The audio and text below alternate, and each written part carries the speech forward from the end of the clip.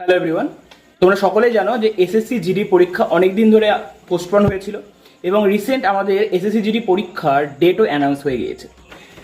Date এবারে আমাদের 4টা ফেজে হবে। প্রথম ফেজ 27 এপ্রিল থেকে 2 মে, সেকেন্ড ফেজ 4 মে থেকে 9 মে, থার্ড ফেজ 18 মে থেকে 23 মে, আর ফোর্থ ফেজ হচ্ছে 25 মে থেকে 30 মে। এইবার আমরা জানি এখন আমাদের এসএসসির সমস্ত পরীক্ষায় আমাদের স্লট বুকিং শুরু হয়েছে।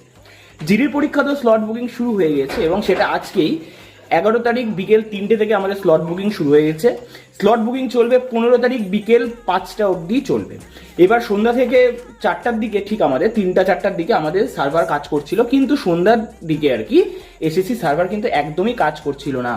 যারা মানে নিজেদের ইউজার আইডি এবং পাসওয়ার্ড দিয়ে লগ ইন করার চেষ্টা করছিল, কোনো মতে লগ ইন করতে পারছিল না এবং এসএসসি ওয়েবসাইটের কাছ থেকে এটা খুব গ্রহণযোগ্য। তো সবাইকে একটা জিনিস আমি সাজেস্ট করবো যে যাদের সামনে জিডি কনস্টেবল এক্সাম আছে, কেউ দেরি করো না, প্রত্যেকে তাড়াতাড়ি নিজেদের পছন্দ অনুযায়ী মানে প্রেফারেন্স 1, প্রেফারেন্স 2, প্রেফারেন্স 3 এবং প্রেফারেন্স 4 এইভাবে আমাদেরকে তোমাদের সেই 4টা ফেজের সাজাতে হবে। সেটা ফটাফট ফিল আপ করে দাও, কারণ আমরা পরের দিকে দেখি অনেক সময় স্লট ফাঁকা থাকে না, অনেক ধরনের সমস্যা হয় সিএইচএসএল আমরা দেখেছি।